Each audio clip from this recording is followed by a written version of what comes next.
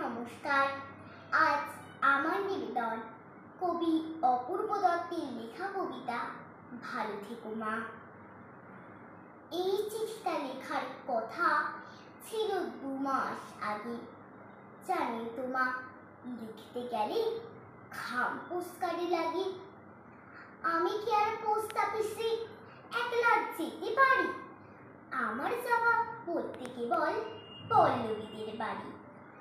তাও ভাগ্যিস এক পাঁচিলে, খুব উঁচু নাই তাই 5-6টা ইট সাজিয়ে টপকে চলে যাই।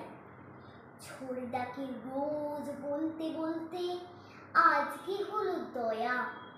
জোড়া শালিকে দেখলাম বলি দিনটা এত পয়া। তোমার জন্যে আমার মাগু কি মন খারাপ করে, যতই ওরা তোমার ছবি টাঙিয়ে রাখুক ঘরে। তাতে কি আর মন ভরে মা? সত্যি বলছি, শোনো, ছবির মা কি আদর করে? গল্প শোনায় কোনো? বাবা বলে তোর মা গেছে দূরে, অনেক দূরে, এই ধরনের শিমুলতলা কিংবা মধুপুরে। বাবা ভাবছে রুমে বোধহয় আগে ডুবে আছে। উল্টো পাল্টা যা হোক কিছু বুঝিয়ে দিলেই বাঁচে। জানি না এই চিঠি তোমার হাতে পড়বে কিনা।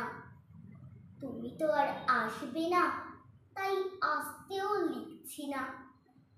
একটা কথা চুপি চুপি লিখছি তোমার শেষে।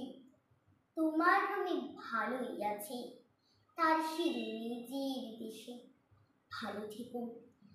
আমার কথা মনে পড়লে বলো। এবার উঠি, প্রিয়ঙ্কা করে আসার সময় হলো। নমস্কার।